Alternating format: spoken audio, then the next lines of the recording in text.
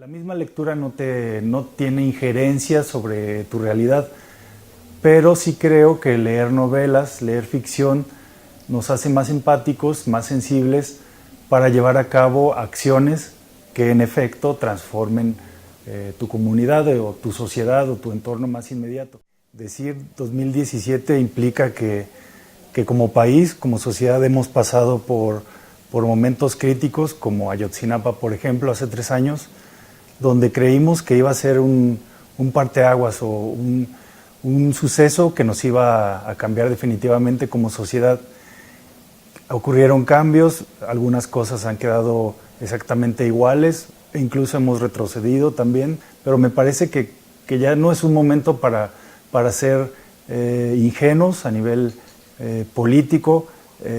tampoco para estar sordos ni ciegos ante lo que está ocurriendo en México, en esta guerra, y a eso me refería, con marcar una postura. Me parece que es muy importante como artistas, como escritores, tener una postura clara. Al menos para mí como escritor, como creador, lo que me interesa son ese tono y esa potencia que adquieren esas voces en las resistencias y en las luchas. Poco a poco una lucha, estar dentro de una lucha es hermanarte casi en automático con todas las otras luchas y las otras resistencias que existen en este país, y te vas dando cuenta que existen esas voces que están ahí, que no son oídas, que son marginadas incluso por este medio pues hegemónico del poder, que le conviene al poder, porque es impone un tipo de narrativas que no son incómodas. Para empezar, muchos autores mexicanos y autoras mexicanas tienen narrativas que no son incómodas, que crean arte por el arte mismo, como si la literatura se creara en un éter o en un vacío, que no está contaminado por lo social, y que escribir desde el cuerpo no fuera algo político también. En fin, como este tipo de literatura muy ingenua o que pretende ser ingenua y que al mismo tiempo le hace el juego al poder. A mí me interesan estas otras narrativas que son marginales y que son un contrapeso para las narrativas del poder, que digamos que son contranarrativas. Mi libro Ayotzinapa, el rostro de los desaparecidos, es un libro que salió en el 2015, cuando fue el primer aniversario de la desaparición de los estudiantes de Ayotzinapa, y la urgencia con ese libro era construir una narrativa de los hechos, una reconstrucción de lo que realmente ocurrió la noche de Iguala, el 26 de septiembre del 2014, porque para esas fechas se había difundido mucho la versión oficial, la supuesta verdad histórica de Murillo Karam, como ha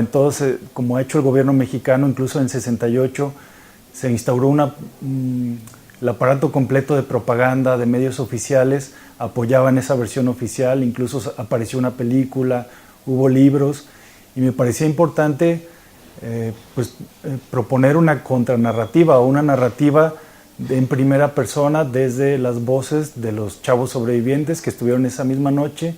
de las familias y amigos de los 43 desaparecidos y de los caídos también. Y esa era la urgencia en ese momento, un libro que ofreciera una reconstrucción desde la versión de las víctimas. Me parece que en toda esta guerra del narco, la literatura mexicana, en mi opinión, ha glorificado mucho la figura del sicario, de los narcos, de los capos. Se han escrito ríos de tinta sobre estas figuras. Tú prendes la televisión, hay 5 series o telenovelas sobre narcos, pero las voces de las víctimas de esta guerra no están siendo recuperadas. Eso es lo que tiene la literatura, que humaniza, le pones un rostro a esa víctima, a esa cifra dura, a esa cifra fría que maneja el gobierno, le das una cara humana y se la presentas a un lector como alguien que pudo haber sido él mismo o alguien muy cercano. En esta guerra contra el narco te das cuenta que estamos a un grado, como comunicadores, como periodistas, como escritores, estás cada vez más cerca de que esto nos ocurra a nosotros. Quizás hace 10 años, cuando empezó esta estrategia fallida,